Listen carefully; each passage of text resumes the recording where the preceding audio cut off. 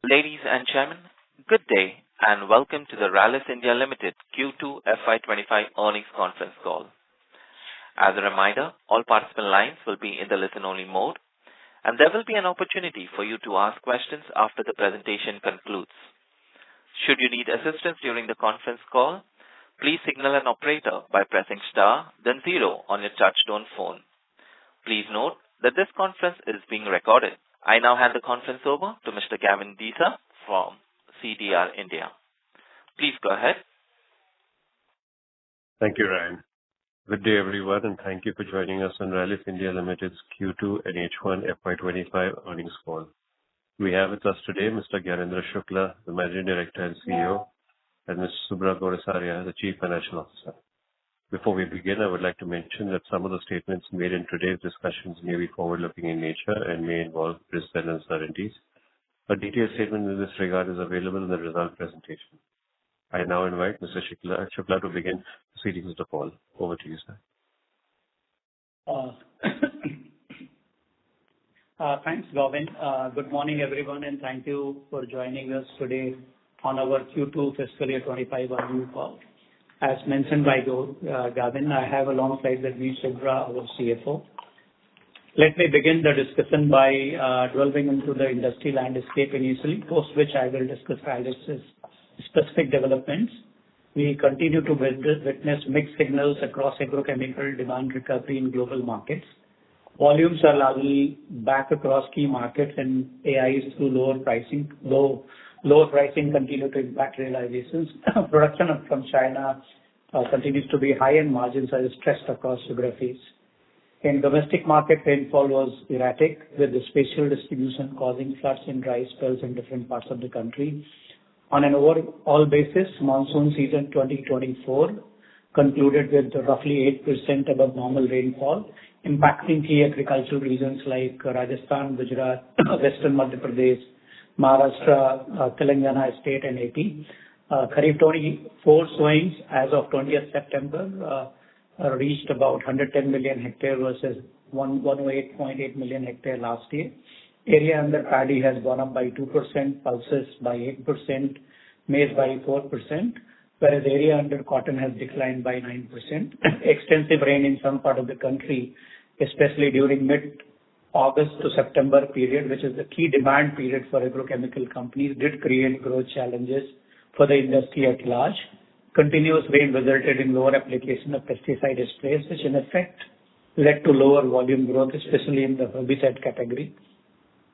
The IMD predicts October to December rainfall to be 112% of long-term average, potentially affecting Kharif crop harvest. La Nina conditions, which may cause below normal temperature in northern and central India, could lead to cold wave events. Export market demand recovery is still not very promising. Lower prices and volatility are making chemical players cautious in inventory buildup. China continues to keep the market well supplied. Demand in the US has been relatively better. Demand remains uncertain in Europe due to operating challenges, with unrest in Middle East further adding more pressure. Moving on to Rallis specific developments, we had a robust Q2 performance on the back of a strong double-digit volume growth in domestic market.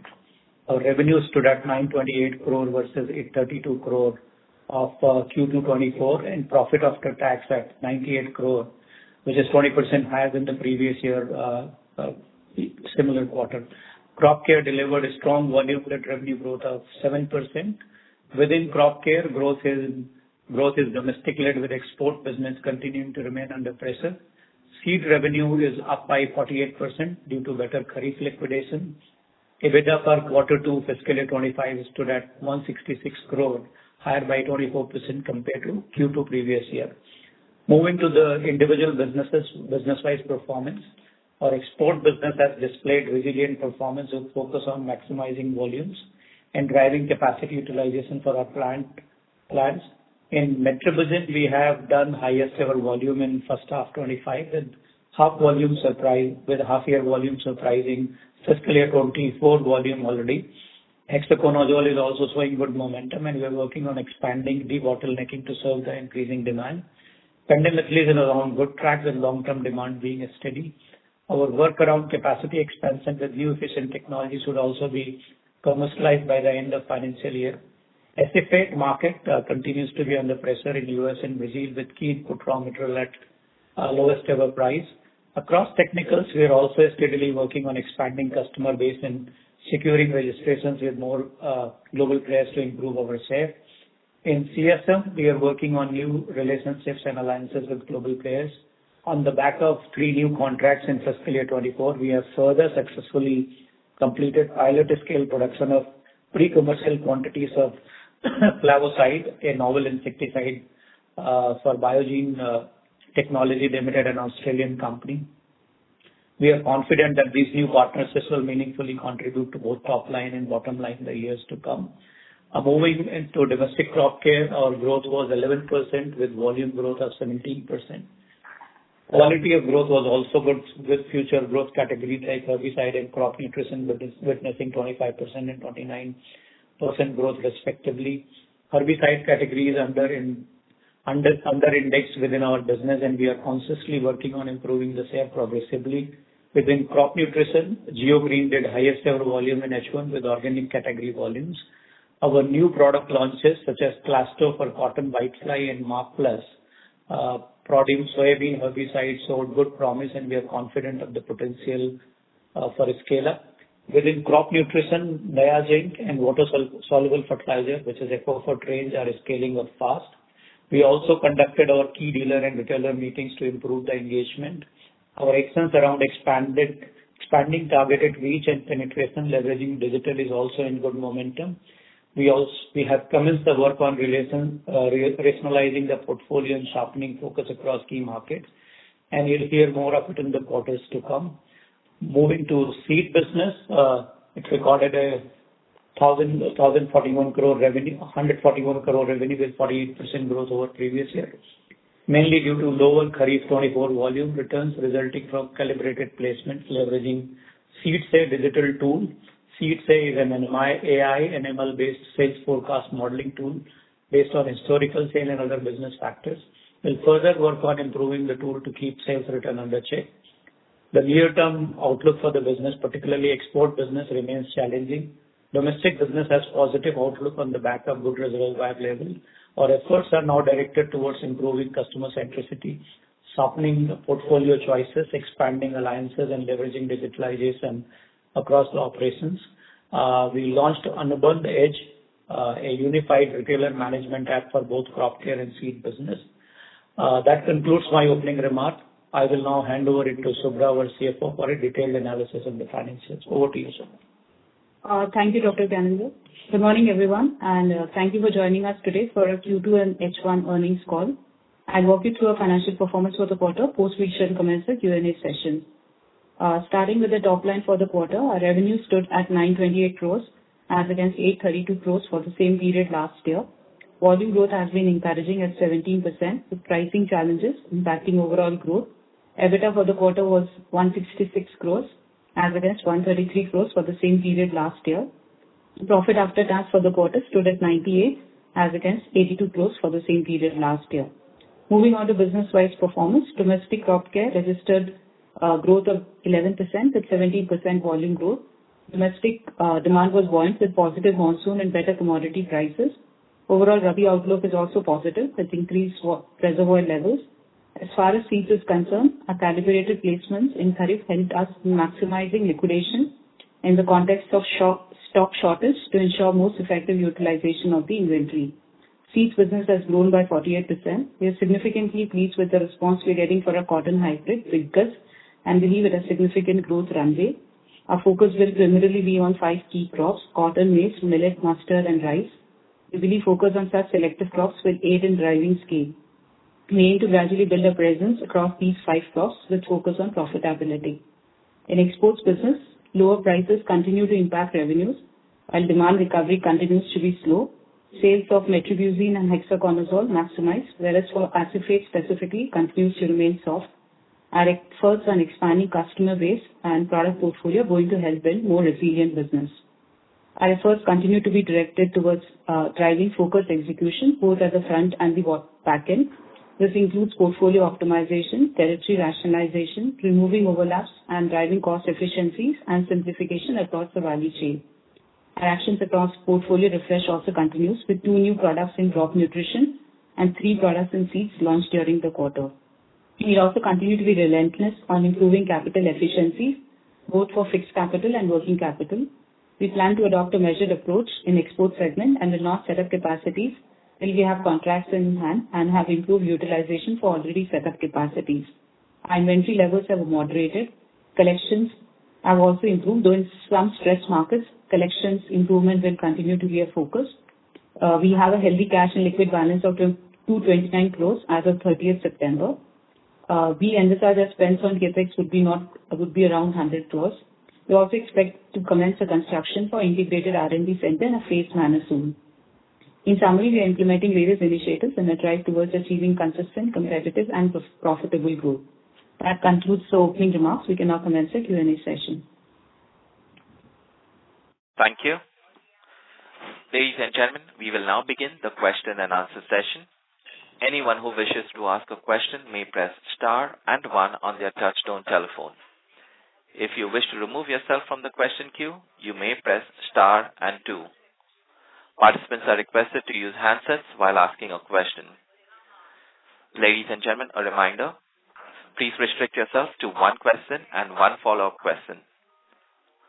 One moment, please, while we poll for questions.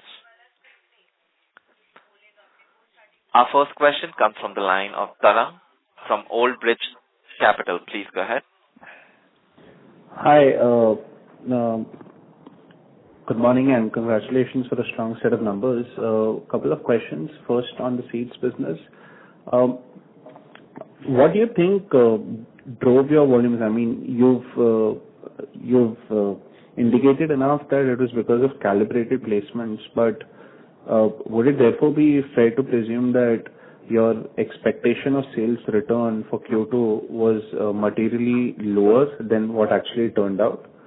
And second, within the seeds business, how are the volumes for Atish and Diggaz for FY25? Because the commentary seemed to suggest that you are quite optimistic on the offtake of Diggaz, but the fact of the matter is that cotton across industry was pretty bad for Kharif of 24. Yeah. So thank you for your comments. I think, what drove volume, I think one of the things we have been saying is, look, we are trying to be better in forecasting how much we place and where we place. The investment we are making on digital capabilities, we talked about, seed say, that basically takes into account what is likely to be accepted in the market and the other parameters which we're using. That helps us in placing the product in the right quantity at the right places. Now, these are still early days, but I would say that certainly has helped us in placing the product at right place in the right markets and helping reduce the return. So the difference between previous years and this year is a significant low return compared to the previous seasons, and that led to overall net sale going up. Coming back to the specifics, I think Diggaz, as we have said earlier, also has done very well. Literally, we had negligible return. I think now this is one product which has crossed more than 50 crore brand of the total cotton, and we are very bullish on Diggaz for the north. Atish, of course, is a product, I think is a mature product, is rather on decline. We were very careful about building inventory of that. So as we move forward in the seed, I think I've been talking about managing this business for profitability, and it comes from also managing operational efficiencies, and that's where a combination of digital tool, better planning, and better placement will help in long way, making sure that we are not losing money on one side as we try to generate revenue. Sure. Just to follow up on this, I mean, typically, from what I understand is that your seeds portfolio is skewed more towards rice and maize, followed by millet and cotton. right? If I look at H1 acreages for maize and rice, generally, it's been a good kharif for both these crops for various reasons. So how much of your performance in H1, rather than looking at it in Q2 and Q1 basis, would be a function of those end markets really doing well? And how much would you attribute it to, because there is, the function of the market having done really well, rainfalls being fairly dispersed, fairly continuous, which hasn't been seen in the last 3 years at least. Yeah, so if you start looking at portfolio, I think, so rice, obviously, we didn't have enough seed, otherwise we would have sold more. So rice has done overall well for us. So whatever quantity we had, I think we have been good in liquidating that. Cotton, though, is one crop. It has gone down from 12 million hectare to 11 million hectare. But 11 million hectare is still a very large crop, right?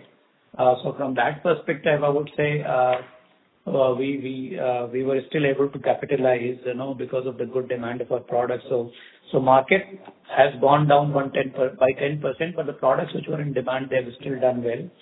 That explains cotton and rice. Millet, our portfolio, I would say, is still not competitive to be in the leadership position. We are working on it, and same applies to the maize. But maize, because we didn't have a lot of inventory, we were still able to sell. We could have sold more if we had inventory, but yes, as we move forward, I think we are getting good traction in our cotton, and I think our biggest hope or biggest success will come when we are able to crack a good product for South and Central, which we are working on. Rice, we have a good portfolio. Millet, I think we are working on, and maize is something also work in progress. Thank you. The next question is from Nirbhay Mahavar with N Square Capital. Please go ahead. Good morning, sir. Thanks for the opportunity. So just a follow-up on the Diggaz. What is its target market size right now, and what is our market share as of now? So what is our aspiration? So Diggaz market primarily is targeted towards northern part of the country, which is three adjoining states of Punjab, Haryana, and Rajasthan, where cotton is grown. So if you say how much India is grown, Punjab grows about 2 lakh hectares, Haryana grows about 5 lakh hectares, and Rajasthan has similar area. So it's about 1.2 million hectares. So 10% of the total cotton area gets planted in that place. That's where this product is getting planted. Now, that area, particularly in Punjab and Haryana, has been under pressure, but it's still, I think, 1 million hectare in a concentrated pocket is a sizable area. And we believe we still have significant headroom to grow given the performance of Diggaz, in coming years. Could we give these numbers in terms of number of packets we are selling versus total market share? So, I think, look, we are in production right now, right? We would have a fair estimate of how much inventory would become available by February, March.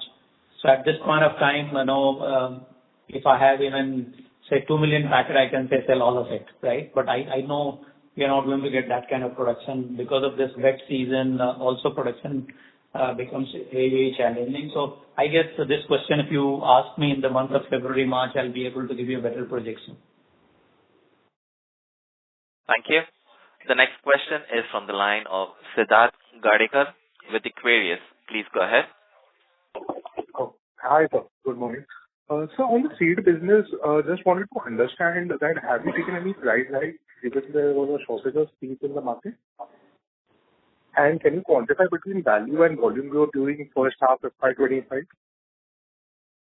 Subra, you want to talk about break? So price hike we took, because the mix also changed significantly, because cotton as a portfolio has become our largest crop in the portfolio. So there's a combination of price and mix sitting there. But if I slice it, there's a large part of the gain which has come from volume, price and mix, and not so much from volume because inventory was already constrained. But cotton has done well. Paddy, in the circumstances that Dr. Shukla spoke about, given the constraints of inventory, we were able to liquidate whatever we had. Maize, followed by maize, where also returns were very low. So it's a combination of both price and mix, which has contributed to the growth. And secondly, in terms of our sales return, can you quantify the number that was there in the last year's base number, and this year, what was the sales return? So I wouldn't be able to quantify, but if you look at first half returns, first half performance itself, as I said that if you look at, if I give you some products, for instance, because we were sitting at almost zero returns, it was practically zero return. Paddy was also no net return except for some small returns we had to take with it. And maize as well, make very low returns. So it was largely in millet compared to last year. Last year we were as Dr. Shukla alluded, there was also technology which helped in terms of digital placement, plus also some interventions we did in terms of identifying the right distributors, placing it with the right kind of inputs in terms of marketing inputs. So all of that helped in reducing the returns. Thank you. The next question comes from the line of Abhijit Akela with Kotak Securities. Please go ahead. Yeah, good morning. Thank you so much for taking my question. Just to follow up on the previous question, on the seed revenue growth for the first half, which is about 2%, for the first half I'm talking about. If you could please just split it out in terms of volume versus price and mix, that would be helpful.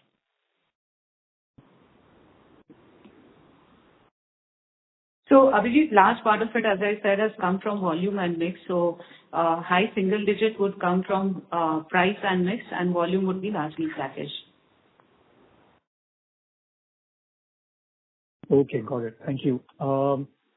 Similarly, possible to just split it out for the domestic crop care business as well, please, Shubhra? And then I just have one quick follow-up. Sorry, domestic crop care? The same split between volume and price. The domestic crop care first half you wanted, right? So domestic crop care has had a minus 6% price fee growth.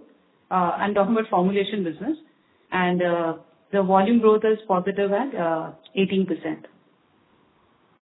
Right. And just one last thing. On the biogene project we have, if you could please just help us understand the revenue model that we are kind of envisaging there. Will it be... do we derive, some cut of the royalty that Biogene makes from its licensing to its commercial partners, or do we instead supply the molecule directly to Biogene's licensees? How exactly do we make money in this project? So I think, look, this is a new arrangement. The way it starts in the beginning is we have a supply contract. We set up a facility, produce for them, and we make margin there. But in future, there may be a possibility of getting distribution rights of these products. Thank you. The next question comes from the line of Rohit Nagaraj with Centrum Broking. Please go ahead. Thanks for the opportunity and congrats on very good set of numbers. So first question is on the industry front. So in your commentary, you also mentioned that there has been the market is well supplied from China. However, our performance is otherwise in such a challenging environment. So what is your understanding in terms of immediate impact of the well supplied market on the volumes across different geographies, and B, when we would see any pricing improvement given this context? Thank you. So I think given that there was a good rain and commodity prices were favorable, that led to obviously volume gain. Pricing is something very, very difficult to predict because no matter how much we continue to undermine China, China has capacity and they have ability to supply at very competitive price. So I guess that's a very difficult one to predict. I think what is easy for me, and I have been saying in the past, is that I'm going to focus on domestic branded business, where I have to make sure my product is being used more by the same farmer and on the more crop acres. That's where our focus is, because price as a variable, if I'm in a domestic branded business, that also allows me to charge some premium at the brand level. So that's our primary focus, because that's something China we're not going to control. We're not going to really, not going to stop China. At the same time, we're also trying to diversify some of our supply chain domestically to say, how do we balance reliance on China versus domestic suppliers, including our own production capacity. Sure. So second question is on the balance sheet front. So the trade receivables seem to have gone up to about 850 crores from about 580 crores on a YY basis, and top line has gone up by about 100 odd crores. So is it due to maybe leaner credit terms offering, or is there any other reason? Thank you. So trade receivables have gone up from 773 crores to 852 crores, Rohit. So there's an 80 crores increase. A part of it is contributed because of the increase in the domestic sales, but there's no concern, there's no pocket of concern. And there's also an element of some discounting that we had done in the base period for export receivables, which is not there. Thank you. The next question is from the line of Viraj from SIMPL. Please go ahead. Yeah, a couple of questions. First is on the seed. What you said is the volume is flat and the growth we have seen is largely a function of price and mix. Am I right? Yes. So, if you look at last year, same quarter, we had seen a very strong growth, and the reason for that was that there was a delay in the season from Q1 to Q2. So even on that higher volume base, we have seen a very healthy growth. And this is in background of us seeing a supply shortage in seeds in Q1. So just trying to understand, if you can give some perspective in terms of crop price growth performance. And when we say the price or the mix element, which is of the two, which is a larger factor? So I think we have been taking significant steps. I think a couple of years back we spoke about that in seeds business we will first reset the business and look at profitability and then start working on growth. As you mentioned in multiple calls that a cotton hybrid, especially North One, has done well. There are multiple other hybrids in paddy maize which are also doing very well. So I spoke about that cotton has now become the biggest crop for us. We have touched, along with Dickers and other brands, we will do almost 100 crores. We've already touched 100 crores of revenue this year. So it's a combination of, and that's why when you said that on the back of a good FY24, FY25 performance has also been good. We are hopeful that many of the launches that we have planned, we'll be able to scale up. So does that answer your question?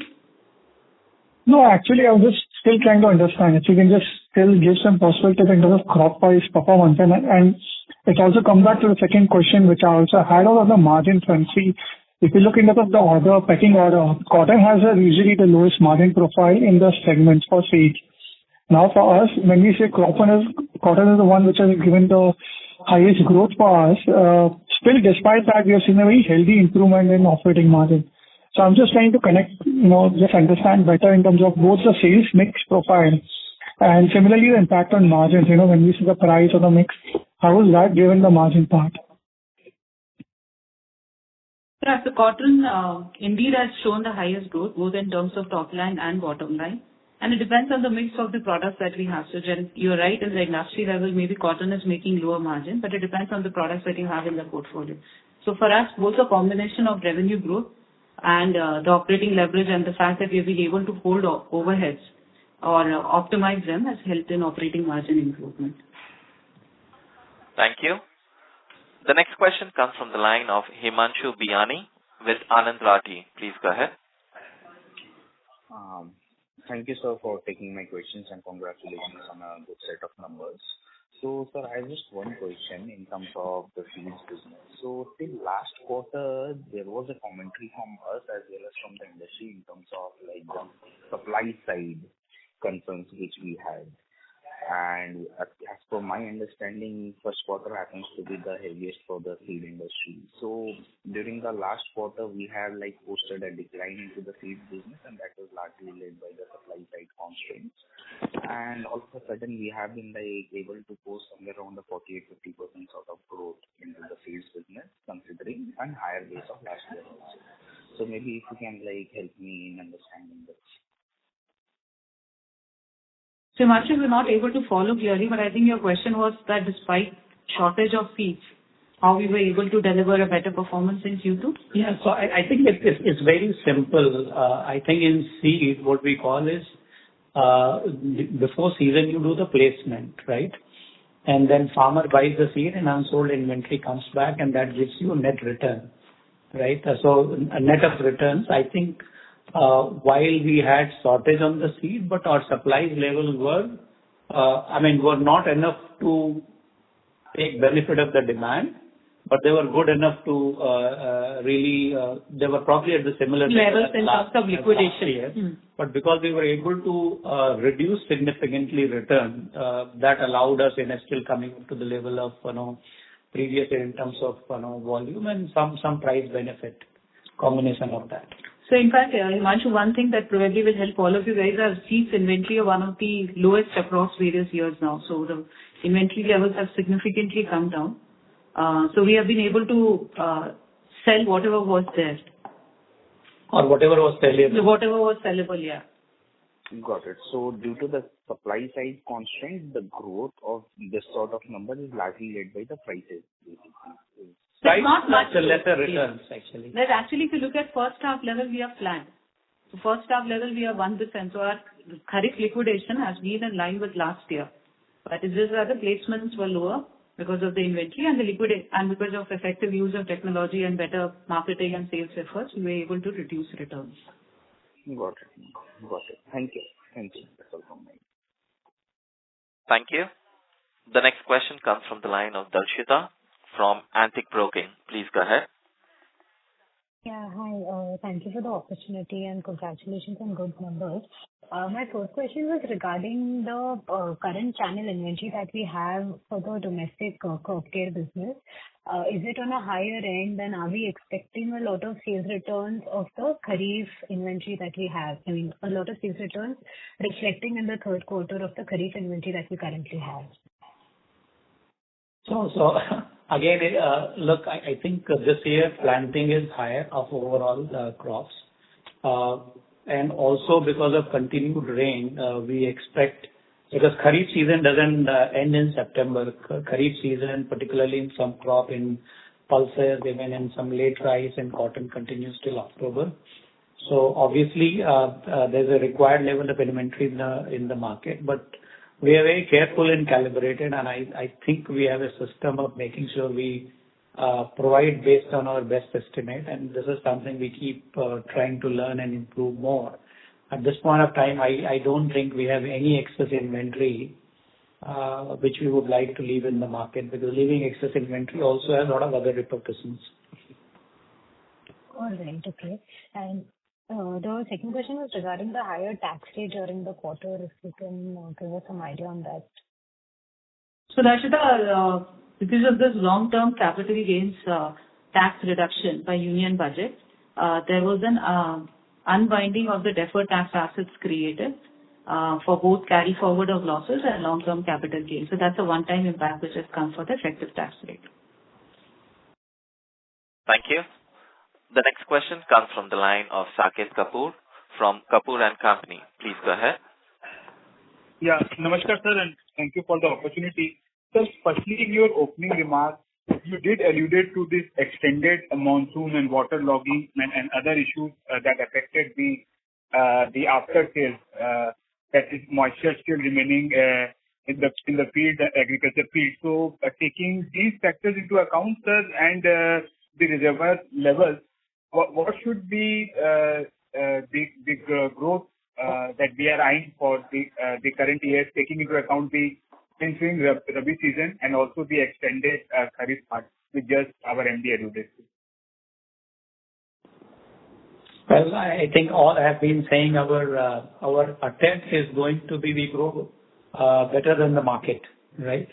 That's our attempt, and that's what we are targeting. I'm certainly not in a position to put a number or give a number. Thanks. And sir, lastly, we have also been looking for tolling the active ingredient part with other manufacturers. So what kind of business are we outsourcing in terms of we looking into the B2B segment of formulation and the active ingredient portfolio being managed by other players? So what kind of business have we outsourced for the current year? And if you could mention who are the key players with whom we are engaging for the same? See, I think we always talk about our crop care business in a few buckets. And first bucket is really domestic formulation, as I've been saying in the past also. That's my number one priority. Now, that obviously I have to find a optimal point, make versus buy. So those decisions we keep making. Obviously, because of many confidential agreements we have with the parties, we are not able to disclose our names and all. But for us, it's a optimal. I make or buy decision. I'll make on that what is right for me, because we have capacities and we want to use the capacities. Now, then we also have a domestic institutional business where we sell some of our technicals we make on a bulk basis to parties.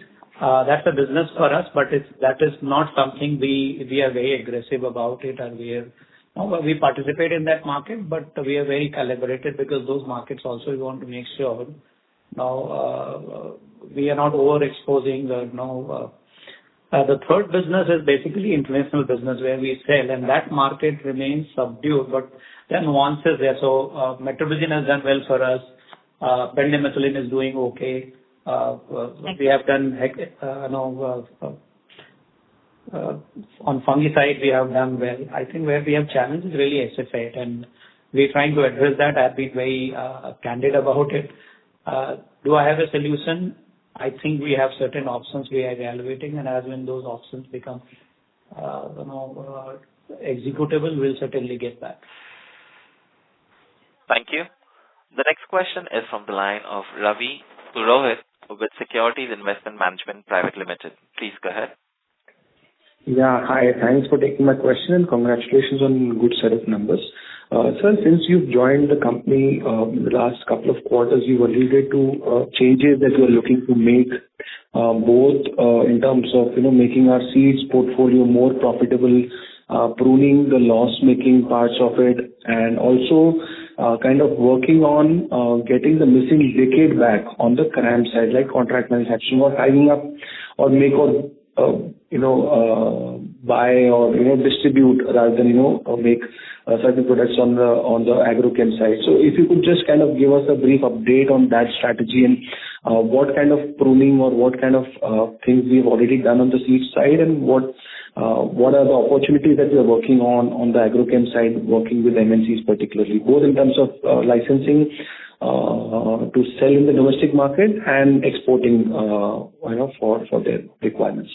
So I can give you just a general observation. So the way we are working is, one, we need a product sourcing. So we are aggressively reaching out to discovery-related companies all over the world to really make sure that we have a pipeline and that pipeline remains robust. On the CSM side, I think we are very selective. As I said, we have enough capacity on the ground. We will be very calibrated. First priority to use the capacity to maximum, and then get into any new contract before we set up the capacity. So that's a strategy is. But I believe we also talked about this domestic formulation making more efficient. That work we did not want to touch because Kharif season was going on, but we're in the midst of exercise. And that exercise should get completed in a couple of months. So as we enter the new year, we would be able to actually go with a completely, streamlined portfolio approach where we may be looking at tail and say, look, whether this state is desirable or not. So we're in the process of doing that exercise, and we'll take every step, because ultimately goal I have been saying, look, for me, ultimate measure of success is going to be return on capital. That has to come from various measures, including revenue, cost, and optimizing profits wherever possible by looking at the portfolio. Right. Thanks. Thanks on that, sir. And we'll appreciate if you could kind of, give us a brief update on that, in every quarter. I don't know, maybe part of the presentation or, part of the press release. And so my second question is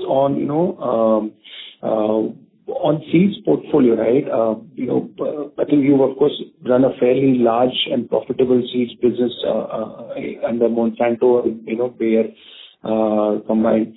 So what is the sense that you get here in terms of the potential scalability of the seeds portfolio? We are really subscale in that sense, and at higher scale, seeds is a very, very profitable business if done right.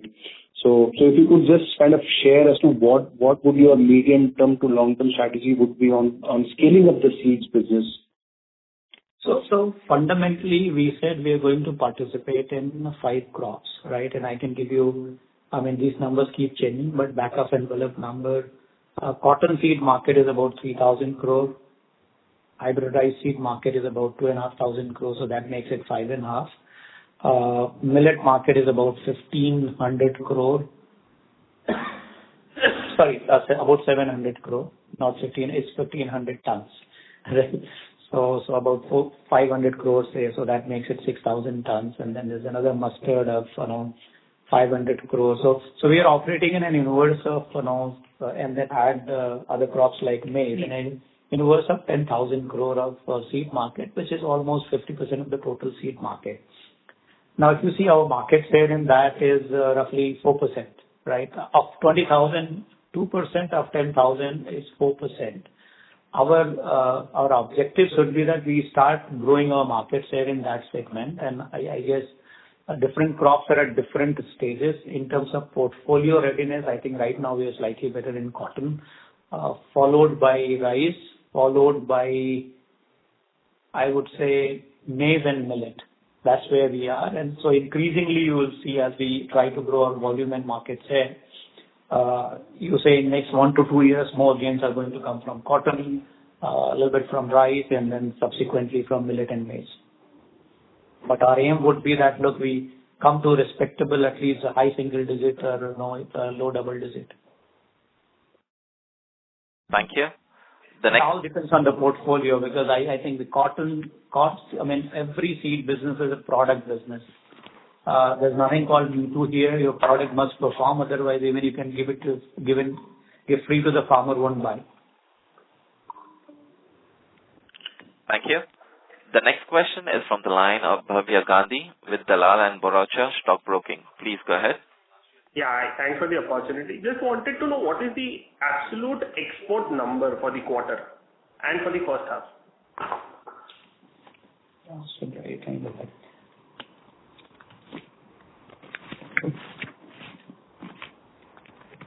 Just give me a minute.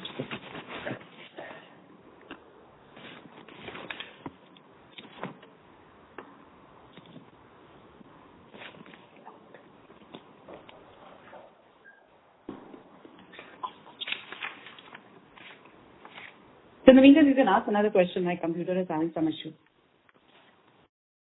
Sure, I'll wait in the queue, or maybe whenever you can answer the question.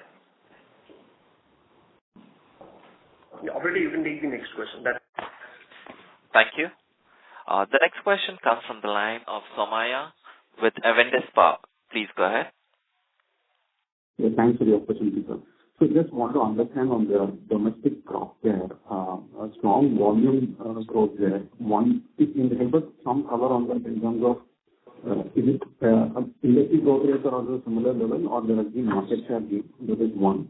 In any part of the portfolio that has done very well with led to this kind of a growth, or between formulations and B2B, which of these segments has kind of done very well with this volume growth? Thanks. Actually, I don't know. I couldn't hear the question clearly. Do you mind repeating the question? Yeah, I can. Am I audible now, sir? Yeah. Yeah. My question was on the domestic crop care, the volume growth, quite a strong growth. Just wanted to understand, is this more of an industry trend or we have had market share gains? That is one. And second, any part of the portfolio or any regional, region has shown strong performance that has led to this kind of a growth that you want to highlight. And also between B2B and the formulations, which of these segments have kind of really done well to get this kind of growth? So, two things I can tell you. Look, so it's very difficult to say if I have gained market share or lost market share because Kharif season is on. I think that clarity will probably come by November and December. But the segments which have done well for us is really herbicide relatively and also our crop nutrition business.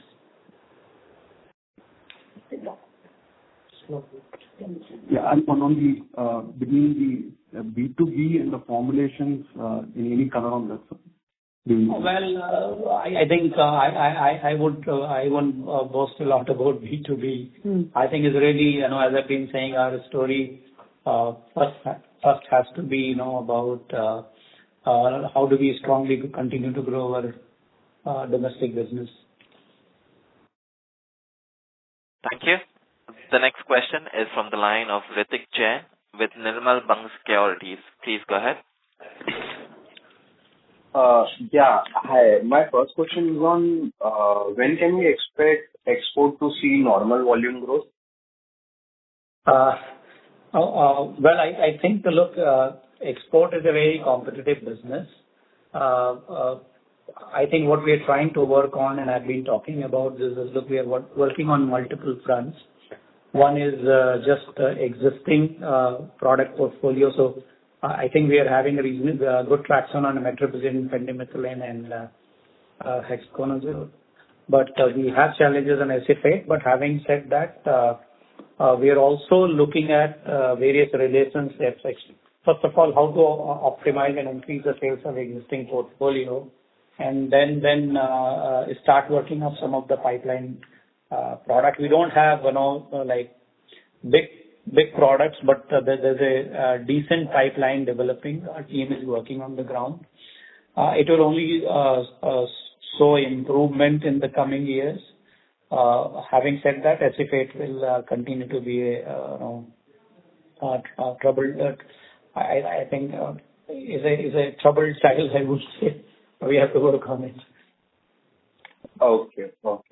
And if the seed business sustains its growth of first half of FY25, what is the ROC one can expect from the seed segment on a sustainable basis? Yeah, I think we first thing I made a statement that look, we want to manage this business for profitability and what I call fit to run, right? I think we have to get to a fitness level where we reach to a stage where our business doesn't make losses at all, and I think we are slowly inching towards that and consolidating that position, and we are also stepping up our R&D efforts so that we are able to launch new products at the same time and are able to take out old products. I think if we just get that cycle right, I think, as I said, looking at a 10,000 crore segment we operate, we are just 4%. There's a lot of headroom to grow. I think in seeds, I think what you should understand is the large capex investment is only working capital. There's no fixed capital as such. So what Dr. Shukla alluded, it's more important for us to drive profitability and keep the working capital under check. So I think both the actions have started showing some momentum, and we should be able to hopefully improve. More important is that the seed should not be a drag on the company profitability.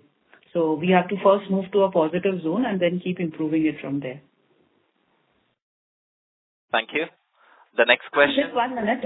Somebody had asked the number on international business. So we did a 143 crores of revenue in Q2. The next question is from the line of Manish Shah, an individual investor. Please go ahead. So man has already answered that question. Thank you. Thank you so much. Thank you. The next question is from the line of Bhavya Gandhi with Dalal and Broacha Stockbroking. Hi. Thanks for the opportunity. So you just answered on the 2Q export data. On the one half also, if you can share what was the export data. And on the hexaconazole, I just wanted to understand, it's a big product for us in the export market, whereas other companies are still struggling, maybe the likes of Aztec, Life Science and all this. What strategy are we adapting that our product is still surviving in the export market? Yeah, that's it from my end. The first half revenue for international business is 275 crores. As far as Hexa is concerned, I think it has a smaller overall market, but we are the market leaders there, and we do have a strong customer relationship and good registrations even in Southeast Asian markets. And I believe it's a small market, it's a small business, but we are working almost like maxed out capacity today. In fact, we have de-bottlenecked some of the capacity, and we're also looking at alternate ways to expand the capacity. Okay. In short, we have some pricing power when it comes to the export market, when it comes to hexaconazole, because of our relation and maybe because of registrations. Yeah, it's a small market though. It's a combination of registration, customer relationship, quality of the product. I think several factors play together. Yeah, and also the dynamics that it has with other molecules, other competing molecules. Thank you. The next question is from the line of Tarang from Old Bridge Capital. Please go ahead.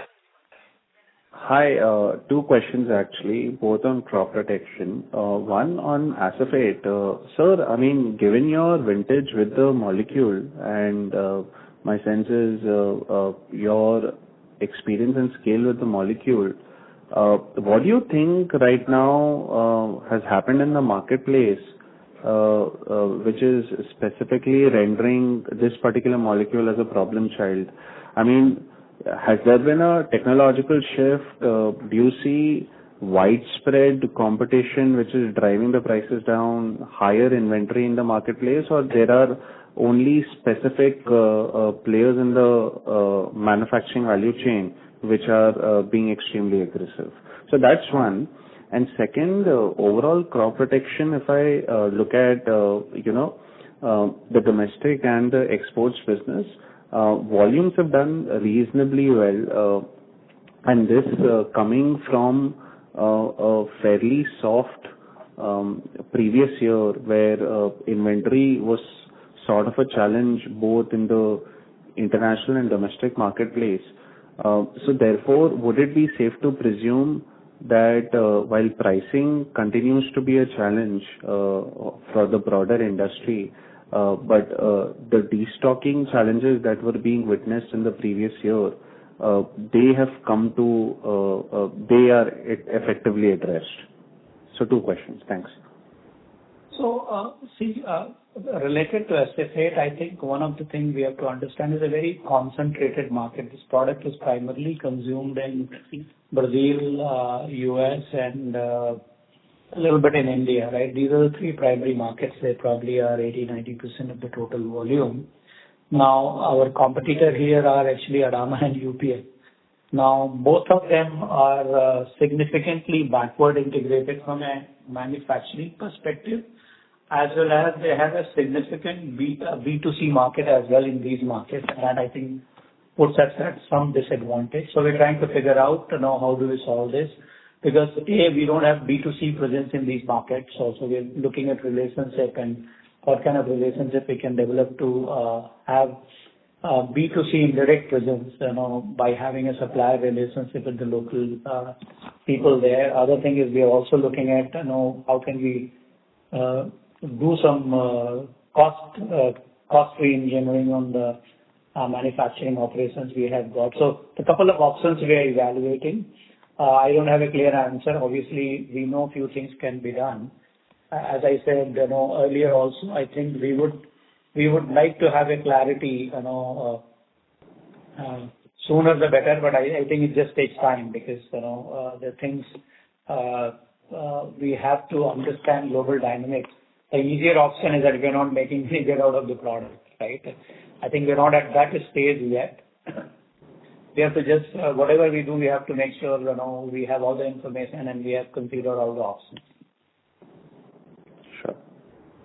And for my second question, sir? Sorry, second question for global crop protection market. See, global crop protection market, if you see, is primarily driven by two factors. So obviously, North America and South America become very, very important, and commodity prices also play very, very important role. Now, there was an uptick in commodity prices beginning of the year, but I think with good production estimates coming out of US and rainfall situation being better in Latin America, commodity prices are relatively softer, particularly for key crops like maize and soybean, including cotton, right? So I think a lot of, so yes, you're right, destocking is by and large done. As a result, current year numbers should look better, but we have to understand that it's not a very buoyant demand. It's not that suddenly 20% more crop is being grown all across the earth, right? And China continues to supply at a very competitive rate. So I'm not expecting any miracle to happen in this market. I think it's going to be a normal growth period. Prices will continue to remain subdued given the commodity prices and supply situation. Thank you. The next question is from the line of Abhijit Akela with Kotak Securities. Please go ahead. Thank you so much.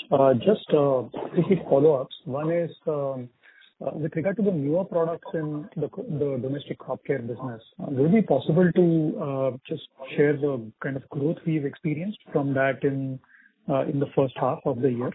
And number two was just on the categories. You did give us some numbers for herbicide and crop nutrition growth, but if you could also please just specify insecticides and fungicides, that would be helpful. Thank you so much. So I don't know if we have a specific number today to share, but maybe we can share later on. But I guess some of the product launches we have made this year, they are looking very good.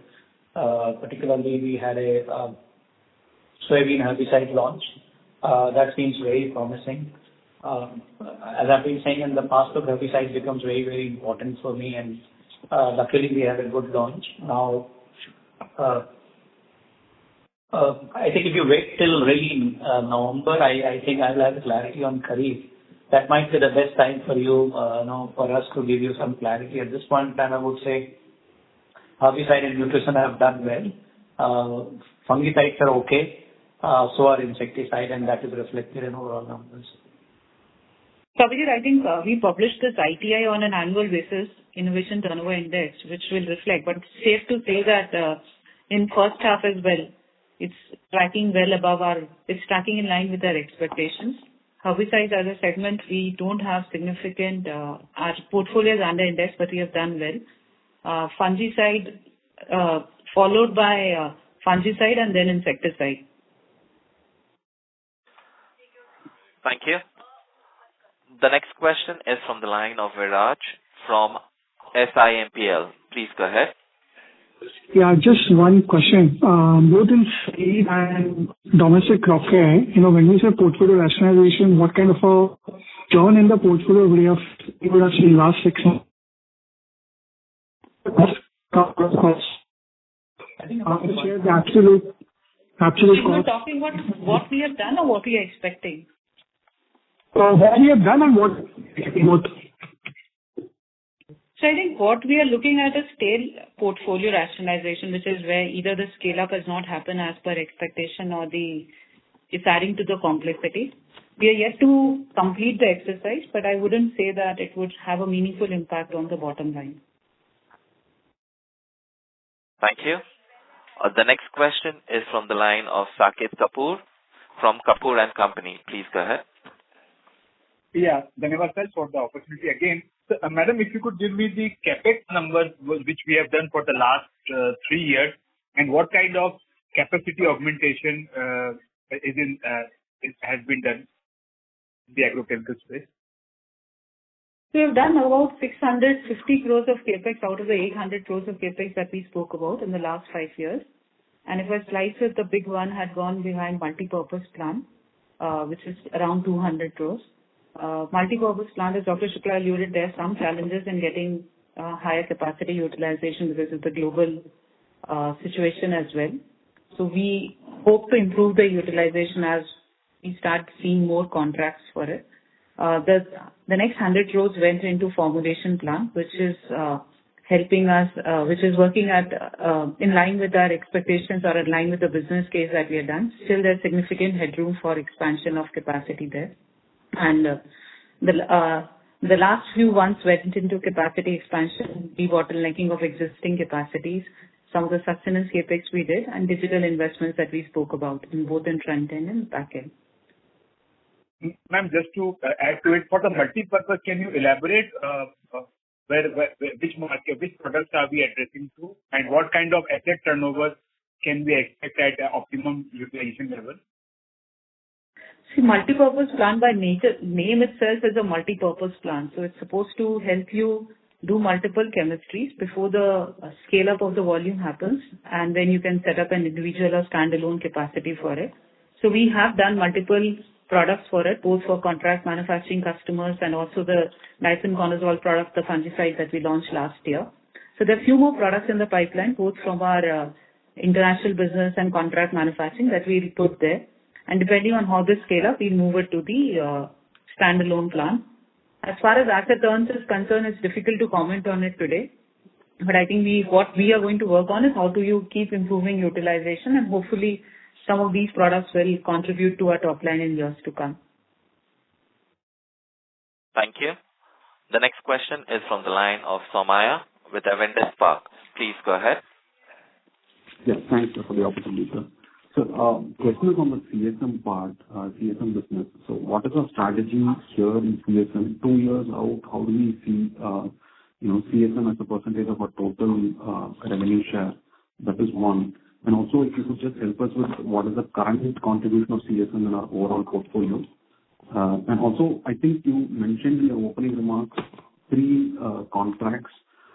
If you can talk about opportunity set on these 3 contracts, that would be helpful. Thank you.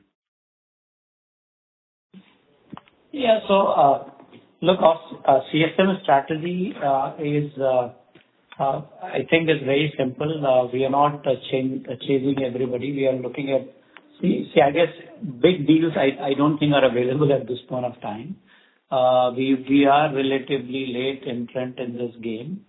We are having multiple conversations with, various parties. And the different conversations are at very different stage. All I can say is we are generally getting encouraging response. At this point of time, very difficult to put a number, but maybe as things mature, we'll start getting more clarity. But things seems to be slowly building up. They certainly are not negative.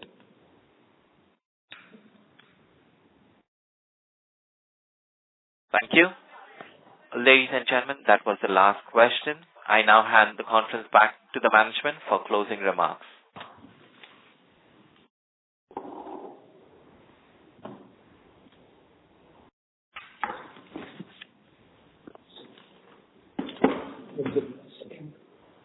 Okay, so I think, thanks everybody for joining.